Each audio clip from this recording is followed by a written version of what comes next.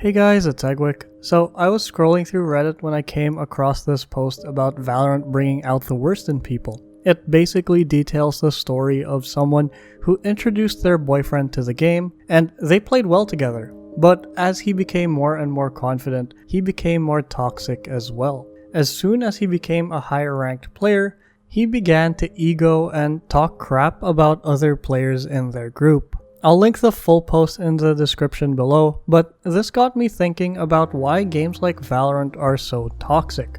Now, I've actually made a vid about this in the past, but I have some new insight I want to share, which is why I'm making this update.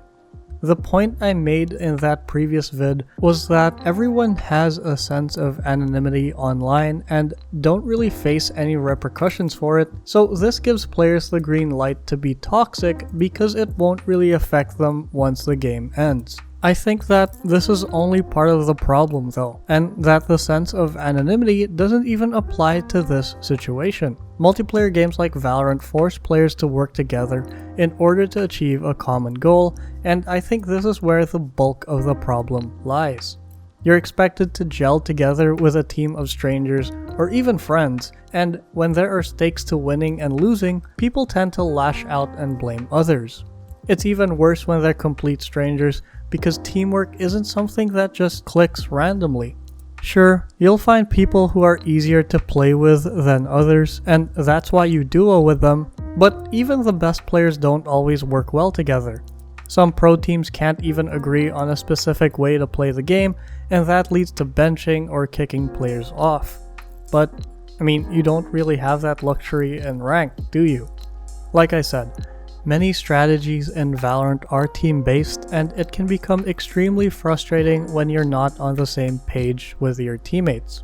You can be baited, or players refuse to cooperate, or someone just has a different way of playing the game. And this is true just not for Valorant, by the way, but for most multiplayer games. You're never gonna see the same level of toxicity in single-player games, or even in games that are less punishing for mistakes.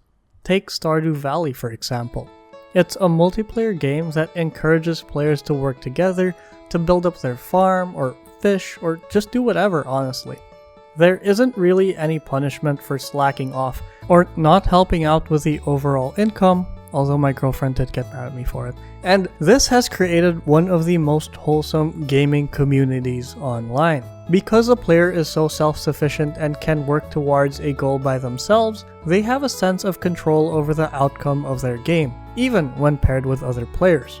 But when you're only 1 out of 5 contributing to the overall outcome and everyone is essential, it can be very easy to look outwards and besides yourself. Throw in the competitive nature of Valorant, and there's even less friction to toxicity.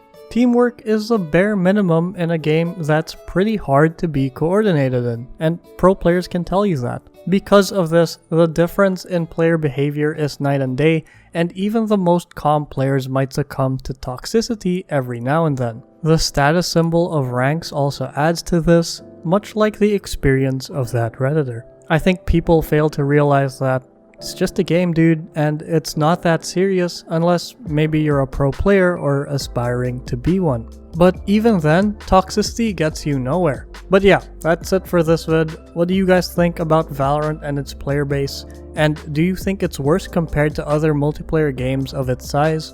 Let me know in the comments down below, and thank you so much for 168k subscribers. This is Eggwick, thanks for watching, and I'll see you guys next time.